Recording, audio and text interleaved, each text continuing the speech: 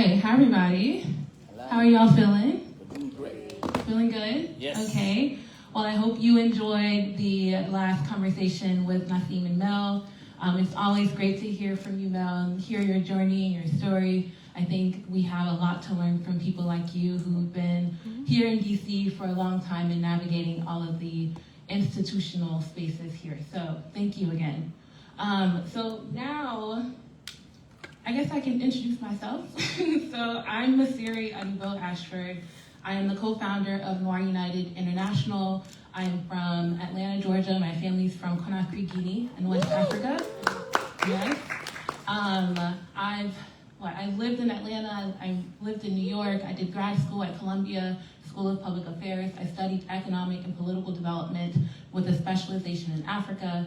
And now I'm here in DC. I've worked in the Africa policy space at the Atlantic Council, with Mel, with CFA, the Constituency for Africa, and continuing to work here in mobilizing African diaspora youth through Noir United International.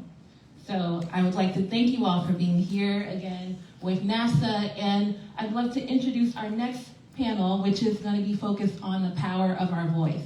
And it's on diaspora advocacy in action. So today is not only about, just listening to people, but it's also about learning the strategies that can help us move forward and that can help us build more unity within ourselves and within our communities.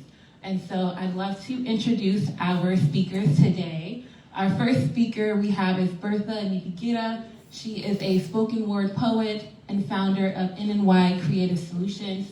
Bertha is a dear friend of mine, and I would love to welcome her here.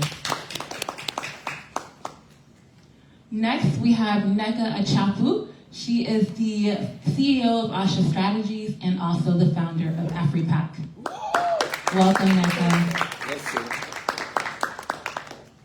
And next, we have Joanna LeBlanc. She is the partner and head of global public policy at Adomi Advisory Group, and she's also a professor at Howard University.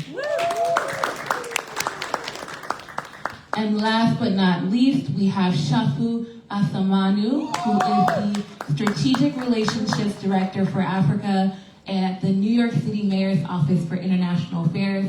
It is so great to have someone from the Mamdani office here with us today. Okay, so I'm gonna start with our first question, and thank you all again for being here. So, as I said before, this panel is about diaspora advocacy. And when we say diaspora advocacy, I'd like for you all to tell us a little bit more about what that actually looks like in practice and how your experiences have shaped your perspective. So all of you have done some form of diaspora advocacy, whether it be through advocacy work on the Hill, whether it be through business, whether it be through embassy engagement. So we just love to hear your perspective and what you believe diaspora advocacy looks like in action. So I'll pass this to you all and just pass the mic when you go down.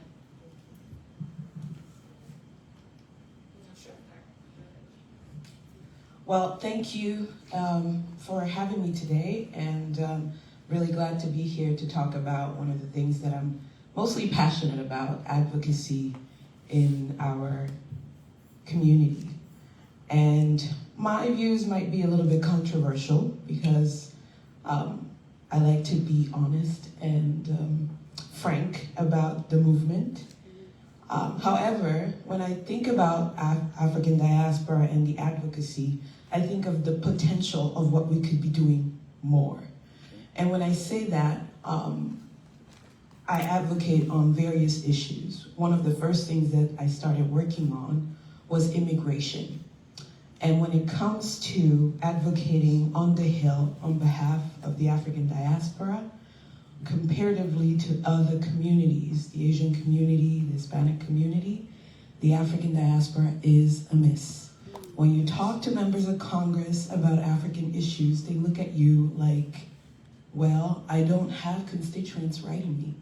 And so I don't know what issues, what priorities the African community, the African diaspora has. And also, another thing is, we are so diverse. I'm Nigerian American, right? someone from the Ethiopian community or someone else from Sudan might have different priorities than me. And so that makes African diaspora advocacy layered in terms of who's doing what for who, where, and with who. So that's my experience as far as the work that I've done. It all started with nonprofit and immigrant rights. And I dedicated myself to that space because I didn't see people like me. Thank you.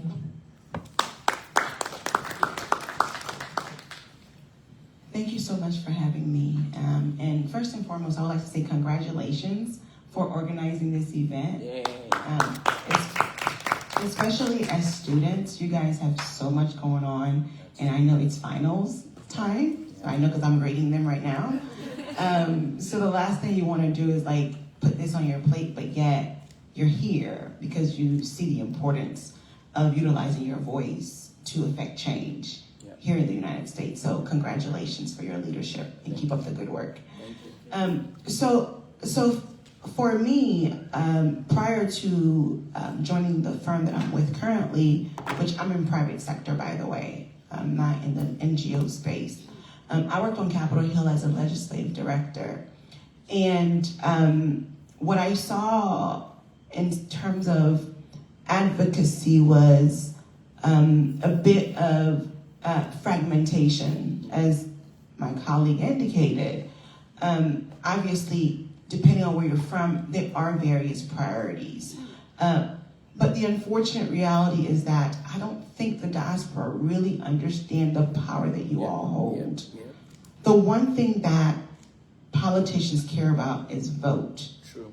Many of you are eligible to vote, which makes you powerful. That one vote makes you a powerful person, right?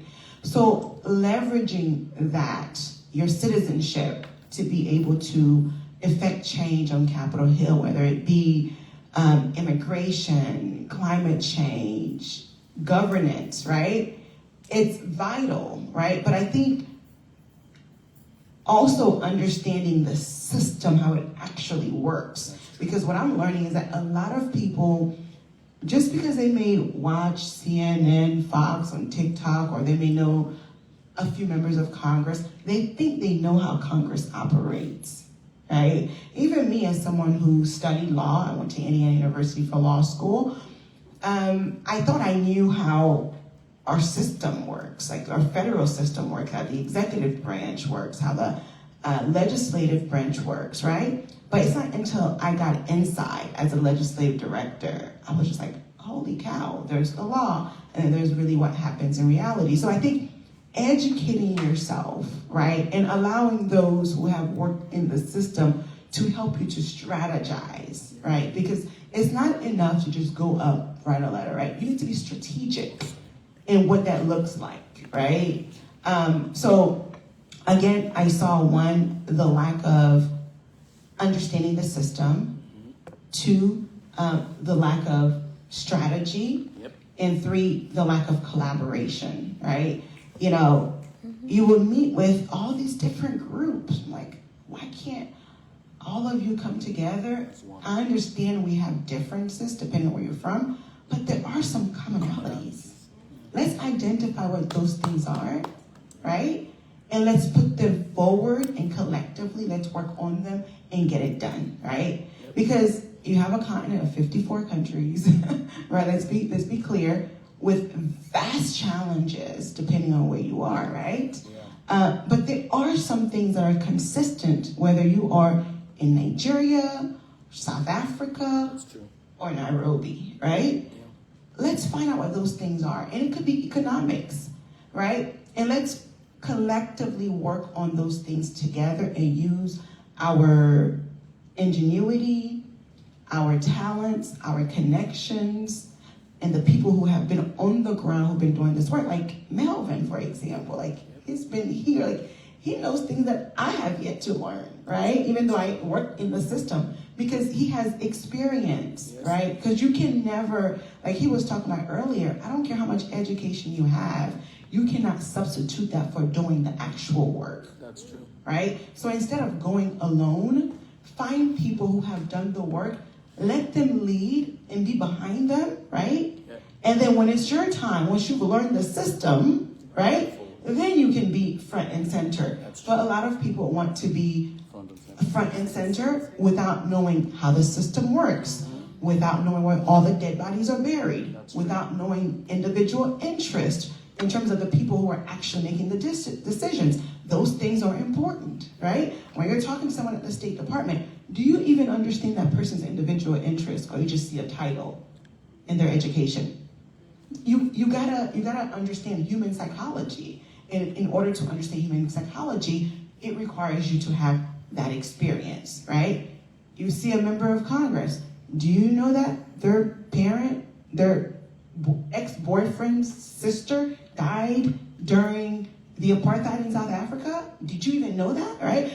Again, unless you've had those lived experiences, you won't know that. And again, those things actually matter on a human level. Being able to connect with these different officials who are responsible for drafting and making policies that impact millions in Africa's, in the continent of Africa, even billions of people. So these are some of the constraints I saw when I worked on Capitol Hill. And I think this is why this kind of forum is important, because you guys are learning about the system, you're learning what the gaps are, and just trying to figure out how do you move forward. But please don't do like Mel's generation is doing, my generation is doing. Everybody owns an NGO. It's not good for the community. That's true. It's not. Let's learn how to collaborate. Do you want to go far? Learn to do it in collaboration. Thank you. I agree. Thank you. Thank you. I think most of my points were already mentioned. But first, I just want to say it's a great pleasure to be here, and I want to thank Andrea and the team for putting together this amazing conference. And it's a pleasure to be here, with all of you. I just want to come back to the point of fragmentation, as you mentioned, and I know Mel also already touched base on that point already. With the work that I do, what I see is, in terms of the diaspora advocacy, there is a lack of unity and trust. True. And as we all know, the famous saying of, alone you go fast, but together you go far. With the diaspora community, especially in New York City, as you know, New York City has a little bit over 1 million Black immigrants. And in New York City, we have a lot of successful diaspora people who are involved in decision making. We all know our new mayor is from Uganda. He was born in Uganda. My department, the International Affairs Department, our former commissioner was from Guinea. Wow. Right now, one of the highest officer in the NYPD, Chief Obi, is from Nigeria.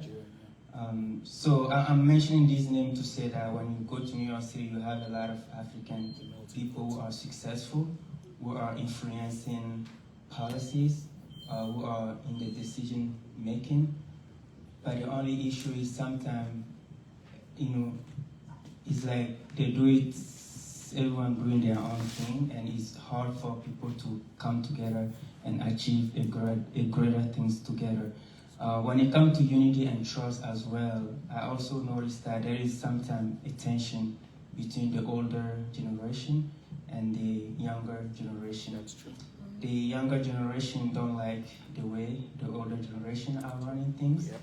And again, the older generation don't want to pass down the baton to the younger generation. That's true. So that has been the issue when it comes to unity and trust. And I believe when we are able to find a way for all of us to come together, then the diaspora advocacy can be successful in practice.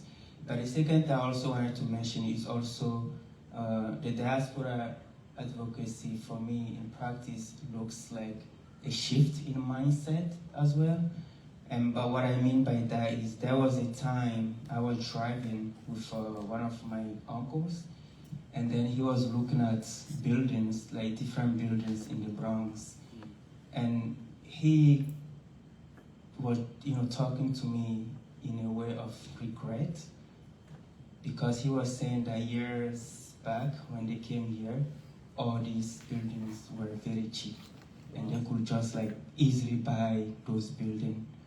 But the reason why they didn't buy those buildings is because a lot of them have the mindset that they came here just for a temporary economic benefit, and then they're just gonna spend here maybe 5-10 years and go back home. So they didn't take the United States where they were living as a home for them. So they were here temporarily, so they're gonna go back. So when we have that type of mindset and you don't take where you live as a home, then you have no desire to build wherever you live. And in terms of building, that also it looks also like in terms of policy, advocating for things that you care about, policy that you care about. And I think when we learn to shift our mindset that, of course, the continent is our home country, but when we come here, the United States become also a home for us, and we really need to build here. And also for this, newer generation as well, or second generation, I know there is also the mindset that, we were born here, we don't care about the continent. But when we have that mindset as well, there is no desire to also give back home and advocate for issues that matter in the country that our parents come from, So that's what I see. So when we are able to address these two things, then I believe, the diaspora advocacy can be successful. Thank you. Thank you so much. I just wanted to add one thing, especially since you brought up citizenship and the importance of being a U.S. citizen and voting and whatnot. That is tantamount, that is the foundation of being able to be an advocate, but it's not the only requirement. If you're a foreign national, you can still be an advocate. You can still talk about these issues. You're still a constituent. So you can still write letters, you can still talk to your Congress member, so you can still be active. So don't let being a foreign national or being an international student make you think that you can't be an effective advocate, because you can still advocate for whatever is going on right now here in the United States. So I just wanted to put that there. Thank you. For me, I'll give a high-level definition of diaspora advocacy. And while I was preparing for just kind of reflecting on the different questions that they shared with us to prepare for this session, I just kept asking myself, like, one, do I even have the credibility to really speak on this topic? And the more I thought about it, the more I said, actually, yes, I do. Maybe at first, like, my initial thoughts were like, well, there's still so much for me to learn. I'm still very young in my career, and I feel as if I haven't really done much to be able to get to a point in which I truly understand what diaspora advocacy is. So with that, I don't know if I have things to share. But then I said, well, my credibility then needs to be rooted in my ability to be candid about my real-time experiences.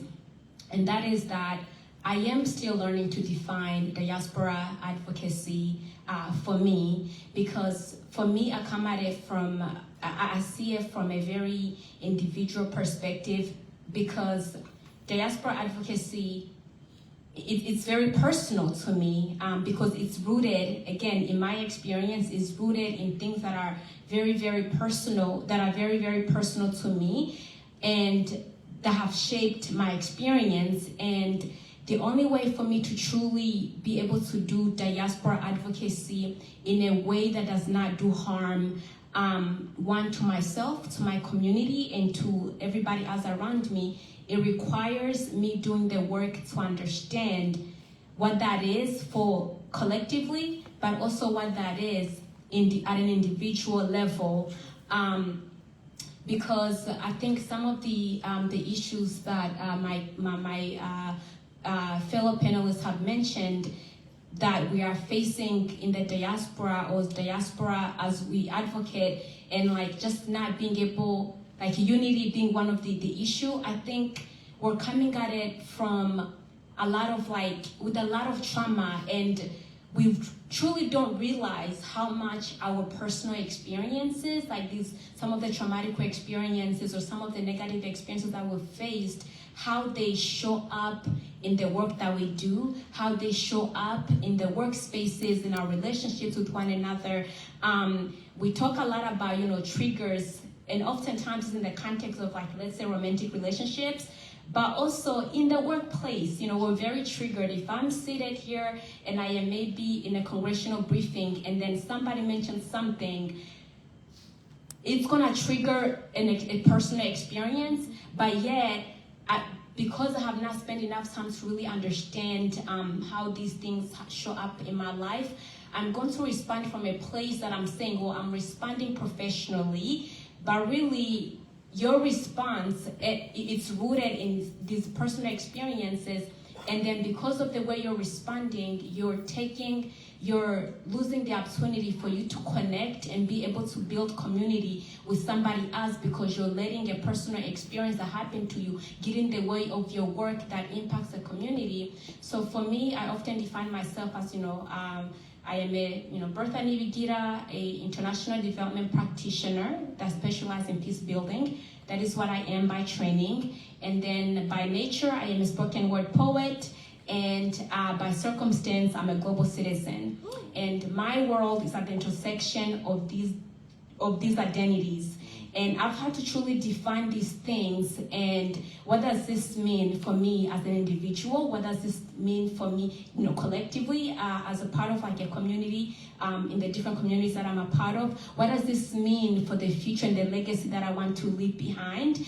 But that really requires me putting in a lot of work in myself, understanding who am I? What do I care about? What is my passion? So diaspora advocacy for me, it's almost it's this third space, this third world, because I have the lived world which is, my background, where I come from, and then on the right, the current world where I'm at, that is being in the US, that is being in DC, and then there's that third space, this twilight zone that is very gray, but also I spend a lot of time there.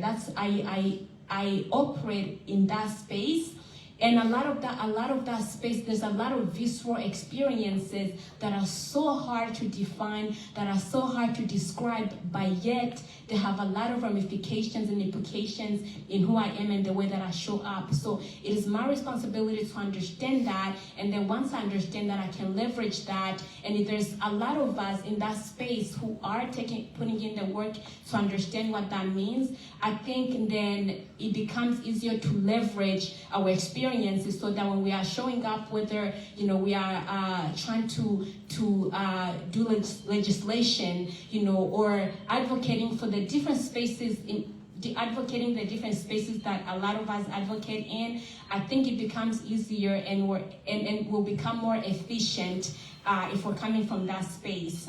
So yeah. Wow, thank you. Beautifully said. And if you can't tell that she's a poet, I mean, the way she phrased that was really deep, and I appreciate that. And I think that it's always good for us to know that we need to start with ourselves, and understanding who we are before we go out and try to save others. And, 3 things that I hear from this panel is unity, strategy, and trust. Trust in ourselves and trust in our community. And I think, Joanna, you brought up a really great point about understanding the system around you, because a lot of us are here operating in the system and we don't have a choice but to do that, right? And we may want to build our own systems too. And so I will just mention earlier this week, we were on Unidos on the Hill advocating for Sudan. And so we had a Sudan Advocacy Week, and we partnered with several different organizations, and we met with over 120 congressional offices. And so, you know, while we were on the Hill, one thing that I did notice is that there are hundreds of groups that are advocating for their purpose, for their cause, and I will be honest with you in saying that I did not see as many Black people, as many diasporans advocating on the Hill. And so I think that that's something that has to change, and it has to happen with unity and with collaboration. So I want to get to our next question, and it's about the fact that we're really living in unprecedented times. We're living in a moment where U.S. policy feels increasingly contradictory, right? On one hand, we're seeing rollbacks on DEI, and we're seeing heightened pressure on Black and immigrant communities. And on the other hand, there's continued interest in engaging and investing across the African continent. So there's a lot of opportunity on the continent, and the U.S. sees it, the world sees it, and the diaspora also knows this.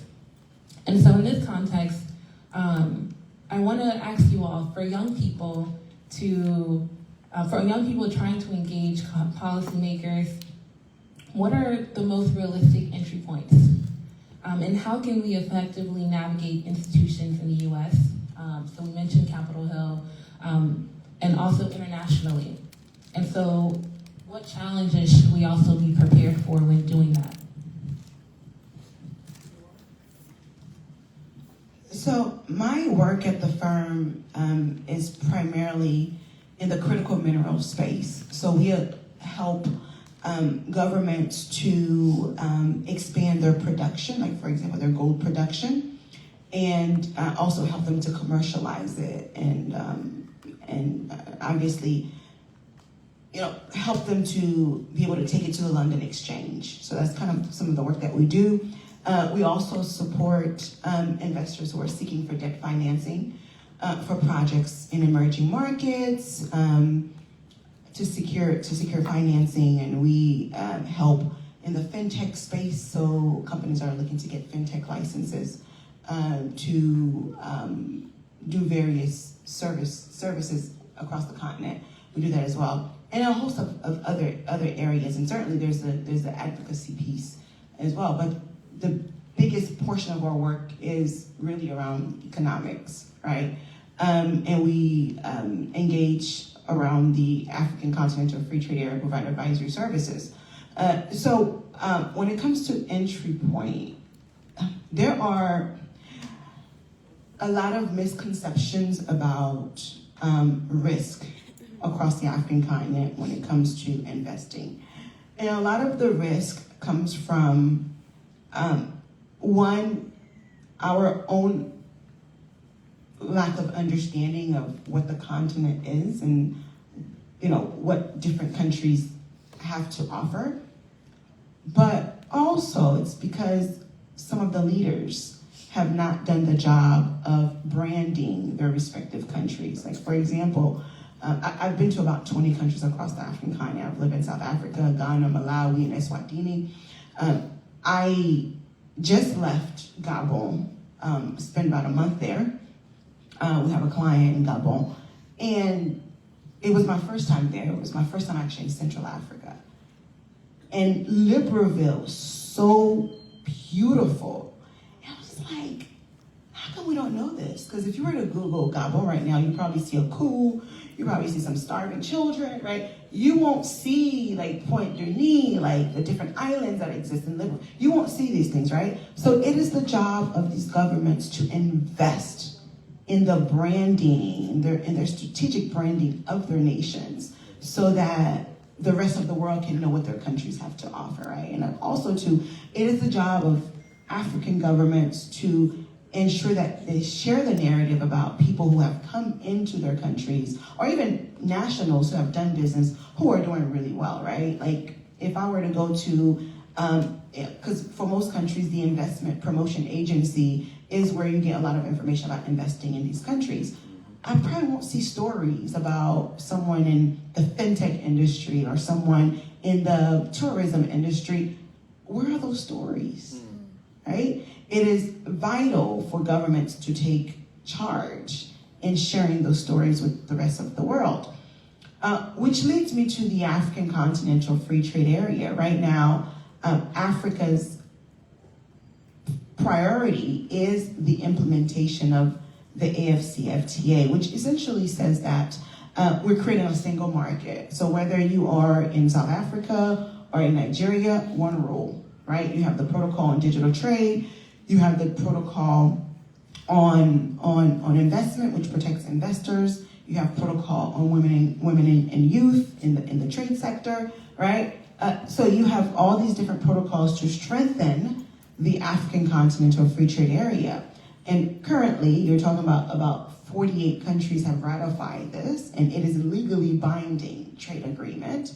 So the AFCFTA, African Continental Free Trade Area Secretariat, which is headquartered in Accra, Ghana, is essentially the WTO of Africa, if any of you are familiar with the WTO. Yeah. We're talking about a trade agreement that has the potential of increasing the collective GDPs of African nations by more than $3 trillion and lifting more than 30 million people out of abject poverty. That is transformative, right? So I think that we in the diaspora, when we talk about advocacy, we should rally behind that initiative, right? To find out what are the different areas to invest. And again, we're talking about 54 countries, 55 depending on who you ask. So entry points are different depending on which country you're talking about, right? I'll give you an example. At our firm, one of our partners, Edmund, he owns a resort in Accra, Ghana. And Edmund had practiced law for years in the US before joining the firm and then opened up his own business. And he was not a millionaire, right? But he opened his resort within 3-4 years. He became a multi-millionaire. And that would have never happened that quick in America, even as an intellectual property practicing attorney, right? So the money is there, and I'll tell you this, the clients that we get to see is so inspiring. Like we have this one client who owns a hospital in Ghana who's looking to expand. He owns it in Kumasi, he's looking to expand in Accra. He owns a clinic in Arkansas. I mean, the guy is loaded, right? So in terms of making money, the opportunities are there. And the entry points, to go back to your question, it is different depending on which country that you're interested in investing in. But the one thing that I think we, the diaspora, can rally behind is the swift implementation of the African Continental Free Trade Area. At a time when our foreign policies are becoming more and more protectionist, and our policies are also becoming more and more isolationist, now is the time to swiftly implement the AFCFTA. And if we don't do that at this moment, at this time, I'm not sure if we'll ever get an opportunity to do it. And you're talking about, again, economics, our biggest challenge on the African continent. Yes, we have governance issues, we have other issues, which we don't, at our firm, we don't really focus on those things, right? But if you really want to change the trajectory of the African continent, which more than half of the continent, the average age is 19, it has to start with economics, right? And this is why the African Continental Free Trade Area is a game changer. So there isn't much that you probably can do at this moment, because the first step is to educate yourself a little bit more about what is this free trade agreement that Joanna's talking about, and how can the United States, through its foreign policy, support the implementation. But keep in mind that you're talking about a free trade agreement that prioritizes trading with African nations, intra-Africa trade. So instead of getting your supplies from, let's say, India, from the United States market, and by the way, we don't really trade that much, Africa doesn't really trade that much with the African continent. You have AGOA, the African Growth Opportunity Act, it's not been a trade agreement, it's a trade preference program, which is a significant difference, right? So there's not a whole lot of trade going on between the African continent and the U.S., and I think it's probably under 10%, right? A lot of the trade is done in Europe, with Europe and so on. So you're talking about, let's say, for example, you have a country, for example, that was getting all of its t-shirts from a company in Europe. You're pretty much saying that instead of getting those t-shirts from Europe, you need to go, if you're in Nigeria, you need to get it in South Africa. That's the essence of the African Continental Free Trade Area.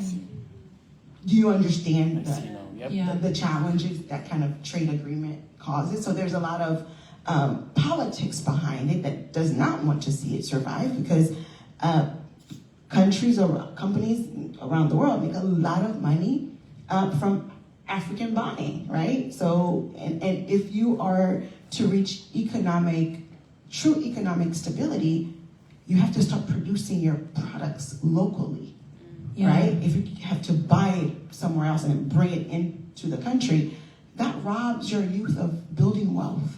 So I will stop there, but there's a whole lot more that I could talk about in terms of the African Continental Free Trade Area. Thank you. No, thank you so much, Joanna, for that in-depth review of how we should be thinking about different entry points on the continent. And I also think that it's important for us to always keep in mind how we can access capital to sustain our advocacy, right? Because if we can learn a lesson or two from the past, is that advocacy leads to burnout a lot of times, and we do need to be able to sustain ourselves over time and have more ownership of the things that we do and the work that we accomplish. And I want to point to you, Nneka, just to kind of hear your point of view on the question that was asked, given your advocacy at the intersections of immigration, trade policy, and just your time here in DC as well. Sure. There was something that you mentioned that was kind of hit my nerve when you said, I was on the Hill this week and there were so many different groups. One thing that I failed to mention earlier is that, yes, advocacy is very important, but the other aspect of it is lobbying also, right? So when you talk about seeing less and less Black folks on the Hill, you have to understand that a lot of the work that African governments hand out when they come to DC, they're not handing out to Asha Strategies LLC, which is a Black-led, African diaspora-led firm.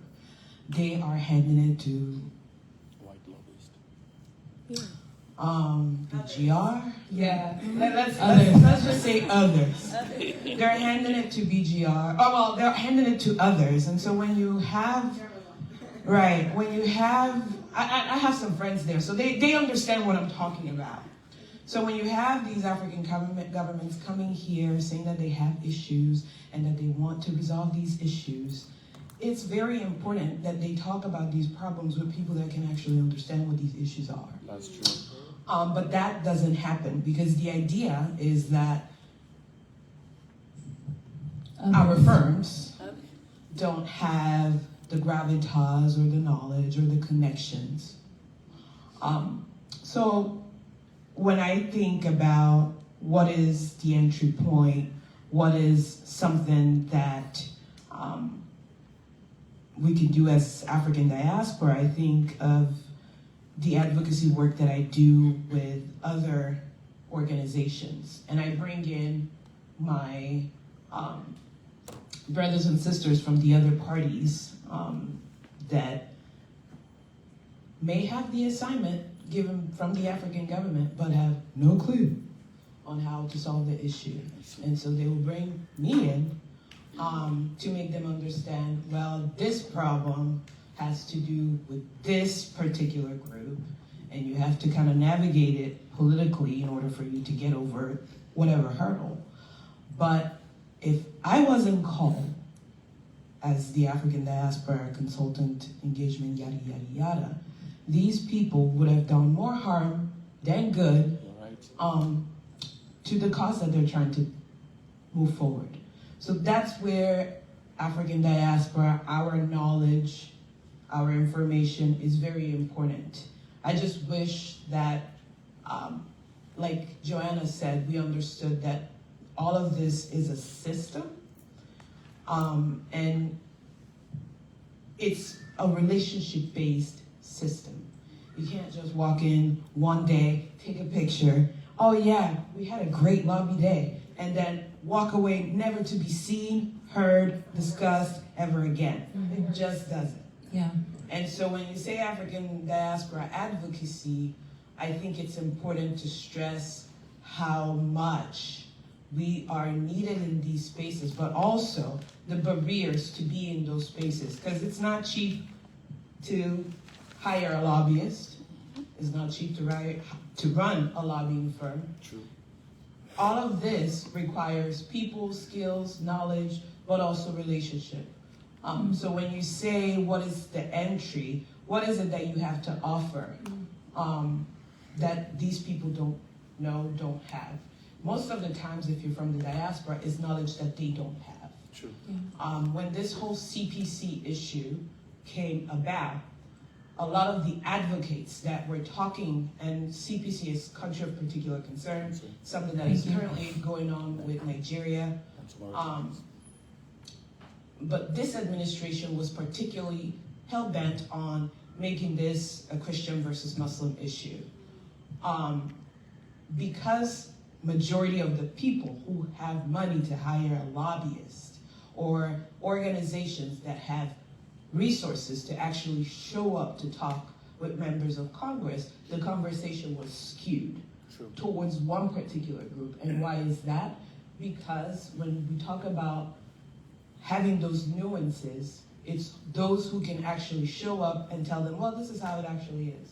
But if you're not there, you can't tell them. If you're not there, you can't change their perception of what the problem is.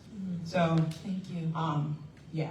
No, thank you. I know, Joanna, I know you have more to add. To what she just said. Okay. I think it's very important. While, and it goes back to how African governments not hiring the Asha strategies of the world, while the transatlantic slave trade was one of the worst crimes against humanity, while the Berlin Conference was also one of the worst crimes against humanity, while slavery was also one of the worst crimes against humanity, but I think one of the worst things that happened to Black people was the colonization of our minds. Yes. The idea that white is right. So the reason why they're not going to Asha strategies is not because she doesn't have the expertise. It's a psychological thing that if I go to Bobby, who may not even be as qualified as the Asha strategies of the world, I'll get a much better result. And also to the lack of trust that happened as a result of colonization. I think it's very important to put that into context because it is a huge issue that we don't talk about enough, but I think you all have the opportunity as young people to press your governments to ensure that there is some level of diversity in the issuance of their contracts in Washington, D.C. Thank you. I mean, you honestly took, I was going to add that little tidbit there, so thank you for sharing. I think that there has to be a change in our mindsets in the way that we view our own value, right? A lot of our African governments think that because you're in America, then you need to be dealing with what they believe are, who they believe are Americans, right? So, yeah. I know that we have a few more comments, but I do want to get to our next question, and please do find a way to loop in any other things that you wanted to add for the prior question. But I want to turn to you, Bertha, because we did mention a bit about storytelling and narrative change, right?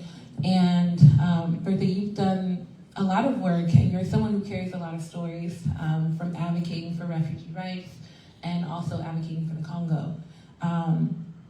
So can you share just a little bit about when storytelling actually does influence outcomes and when sometimes it may not be enough. Yeah, sure. First, I would start by essentially everything that they said ties it very well together. And for me, what I'm hearing from what my fellow panelists have shared is the importance of knowledge. And with knowledge comes the decolonization of the mind.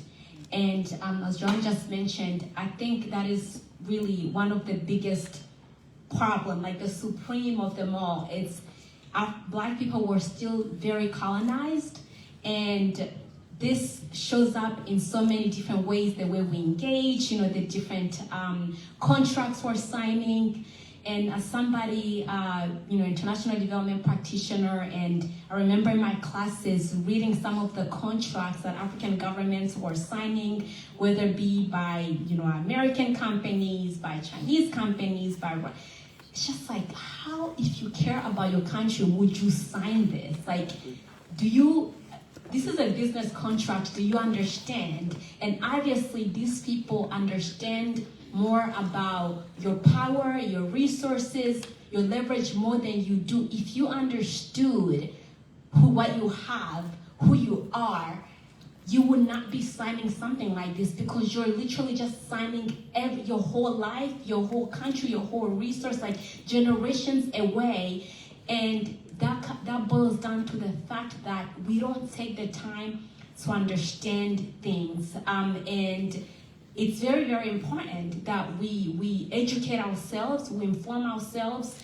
So, and to the question of the entry point in how we engage, it requires you doing your homework. Like, there's really no easy way out of it. There's no fast way. None of these fast schemes, they don't apply. If you truly want to do the work and want to impact, you have to spend the time. You have to become obsessed with whatever it is. You have to define what is it that I care about, and what are the skills, the resource, the skills, the capacity that I have, and what am I trying to influence? And if it's in the advocacy, if it's in the legislative space, if it's you need to speak to Congress or whatever it is, or your leaders in your community, you have to learn who people are. As they mentioned, what do these people care about? What's going on in their personal lives? You have to become really obsessed, observe them, show up in the different public spaces that they're showing up in, engage with them, follow up. You have to follow up. So, and back to the question of, storytelling, all of this, the story that you end up telling will be rooted in the knowledge that you're collecting. You understand yourself, you define the issues that you care about, and the different impact and the different legacies and the different changes that you want to see. Now, the way I tell my story is going to be different based on who the audience is and based on what goal I have in mind. Because we have so many stories, and each story has an angle. It does not matter who you are or what story you're telling. A story always has a beginning, it has a middle, it has an end, and there's a goal. Why are you telling that? Why are you, of the million stories that you could tell, why are you choosing that story, and for what purpose, and for whom? And yes, stories matter. Stories, human beings were very visceral. It is so fascinating how, actually we don't even understand how much a lot of the things that we do, and this is even the things that we end up spending money on, it's based on emotions. It's really, we try to say that, yes, facts matter, numbers matter, all of these things matter, but a human being, we are so simple. We are very complex, but also very, very simple. And this could be just okay, because today I had a great day, so I'm going to, whomever that's going to come to speak to me today, I'm going to be respond positively or be favorable to them because I had a good day. But then I had a bad day, and because of that, whatever that's going to come to me today, I'm saying no. I'm not listening, all because of just the way you woke up, right? And this is unfortunately it shows up in like, the way leaders like, our current President Trump, he wakes up, he feels like this, and now he decides to go and bomb a country based on what he's feeling. This is things that are impacting people's lives, right? But he's making this decision based on something that just happened, and now we go to him.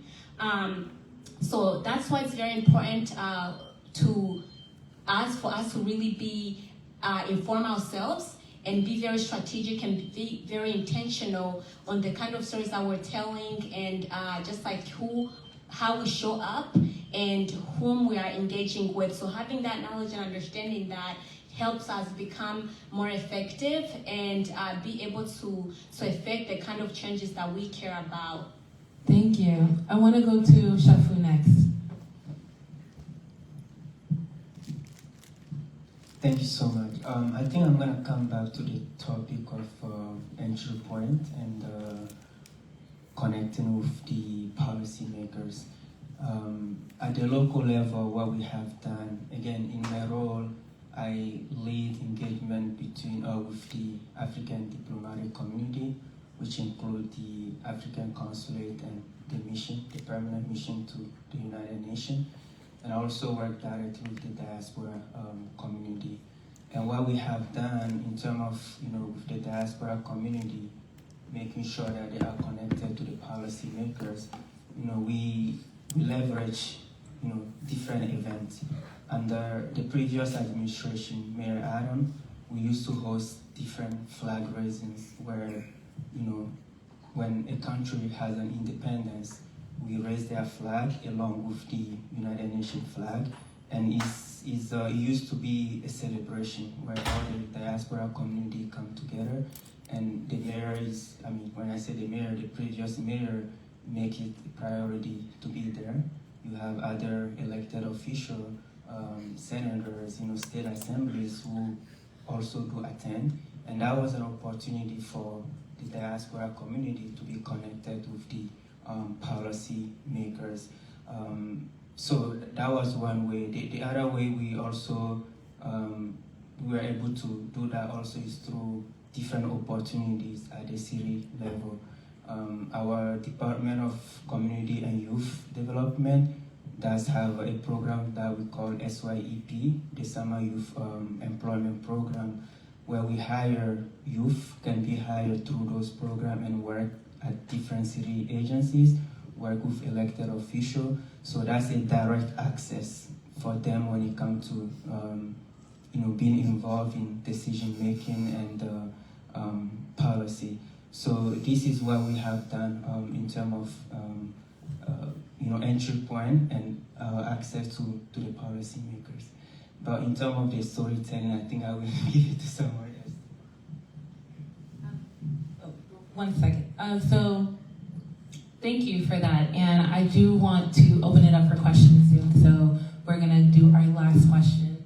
And my last question to everyone, and just quickly, in like 15 seconds max, please give us a few final words about how diaspora youth can build, sustain, and coordinated movements. And what can we take away from today from you all?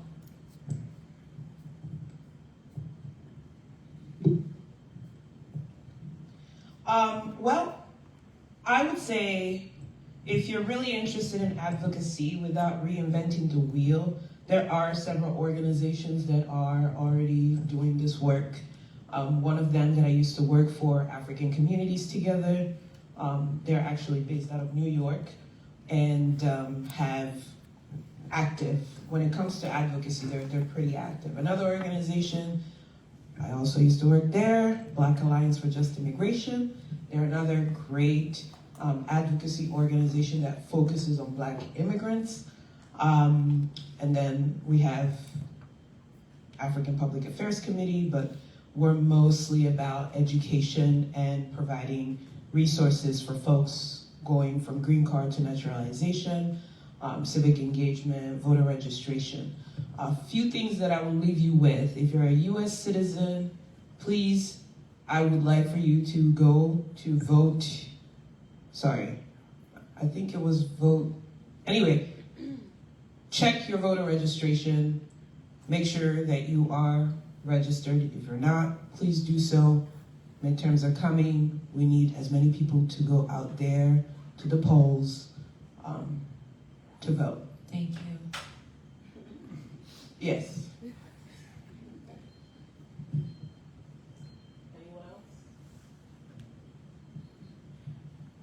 Okay, great. I'd like to piggyback off what Mel said earlier about taking care of yourself. If you're going to be in the advocacy space or any space, some of you may end up going to law school, some of you may end up going to med school, and there's always advocacy involved, whether you're a doctor, a lawyer, an engineer, whatever the case may be. You have to take care of yourself, okay? You have to exercise. And you have to show up looking apart, okay? Take pride in how you look. Take pride in ironing your clothes, and take pride in... You see how Mel looking good? I can't believe this man is 7 years old. He looks good, don't he? He looks good. Let's give a round of applause. He looks good for a 7-year-old man, okay? So, take pride in the way you look, okay? Because if you're going to be advocating for your community, for a lot of the people you're going to be engaging with, you may be the first person they meet from that country. That's true. What message are you sending out about who your people are, okay? So you don't have to be fancy buy Chanel bags. No. You just, whatever you have. Ladies, if you have one wig, make sure you wash that one wig, okay? You don't gotta have 10 wigs. If you got that one wig, make sure you wash that one wig. If you got that one suit, make sure you iron that one suit, okay?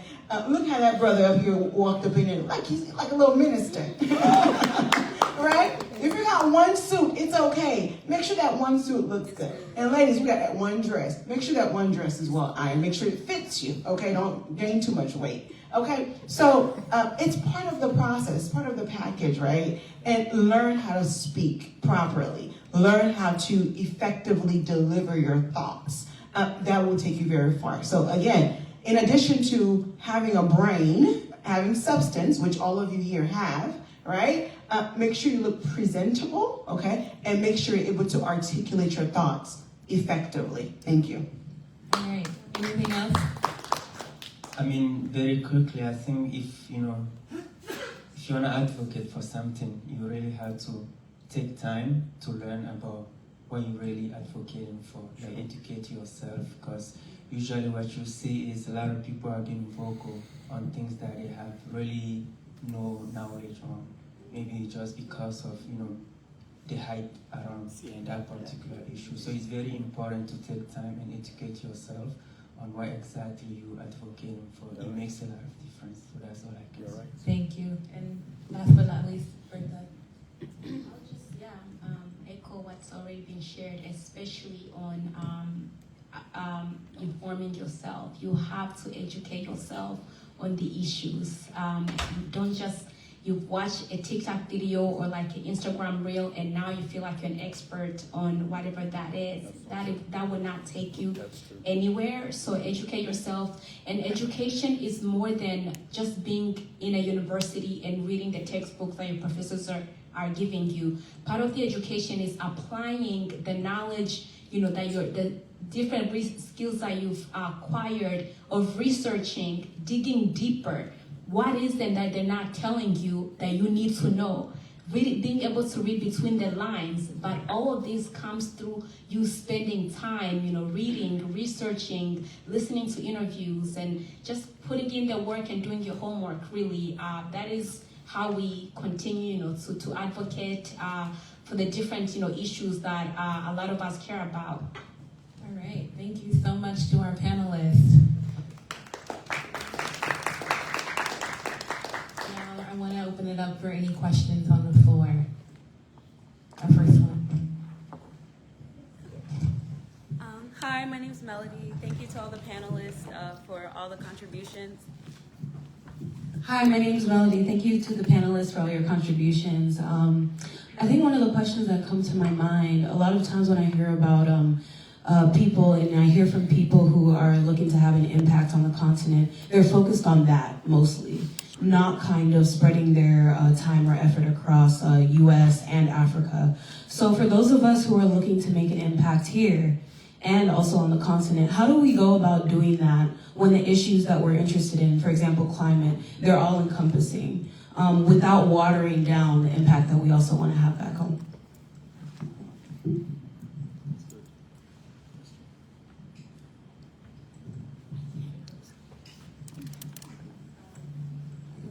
I think it goes back to, again, education, informing yourself, knowledge. You have to understand, okay, the community here that you're trying to, because again, as people in the diaspora, we are the bridge, we're a bridge, we're connectors. And if you do, and obviously you have the choice to just spend all your time doing the work that impacts your community here, and that is perfectly fine.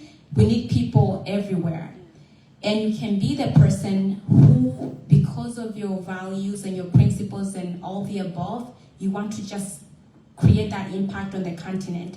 Also perfectly fine. But if you want to be the person that goes in both worlds, that functions in both worlds, which myself, that is what I'm working towards, then it requires the work of understanding both worlds. You have to spend time in both worlds, because otherwise you're going to end up being, you know, like the whole white savior complex. You hear, you've read something about it, and then now you go in that community on the continent and you think you understand them, and you think, you know, you're going over there with prescribed, you know, solutions that you don't even understand what that community truly cares about. But because of what you've read and what you've, I don't know, heard, now you think you understand this community. You do not. So if you want to be impacting both worlds, both community, then you have to spend equal amount of time in both worlds, in both community, engaging with the different people that you would like to be connecting with, building relationships in both worlds, and being intentional and genuinely caring for the people that you want to impact. Yeah.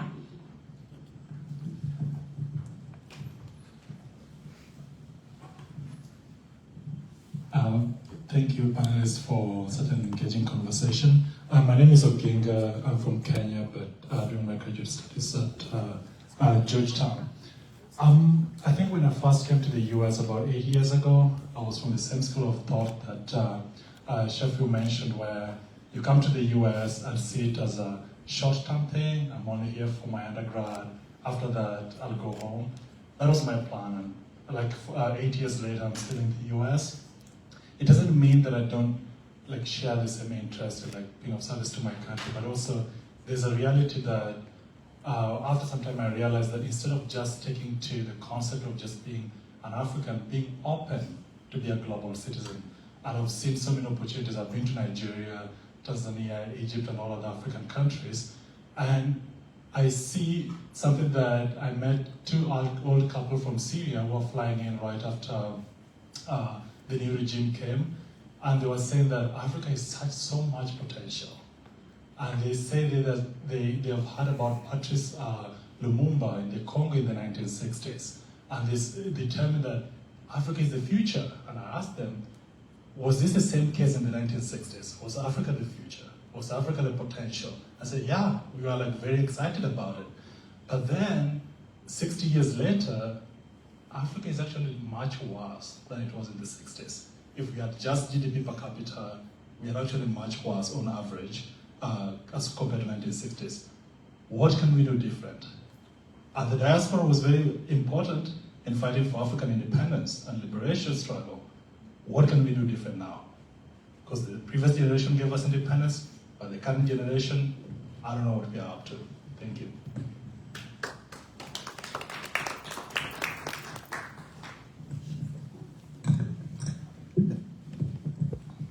Thank you for that question. It's a very heavy question. What can we do differently?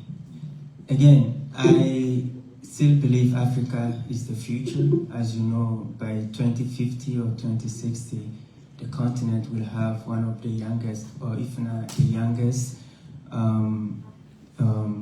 continent, or the continent of the youngest people in the world, right?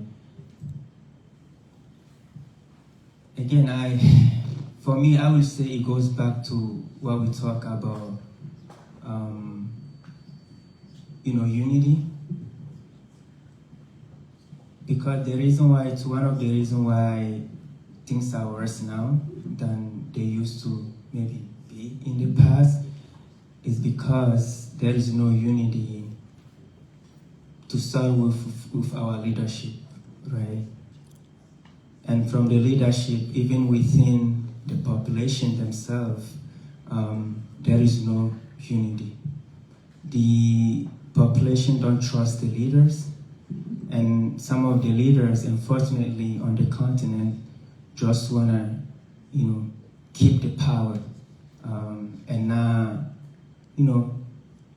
give the opportunity for the younger, brightest, who have a new way of looking at things, to lead, right?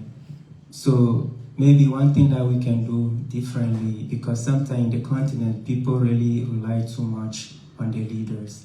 And we have relied too much on the leaders, and then we keep being disappointed. And that's the reality.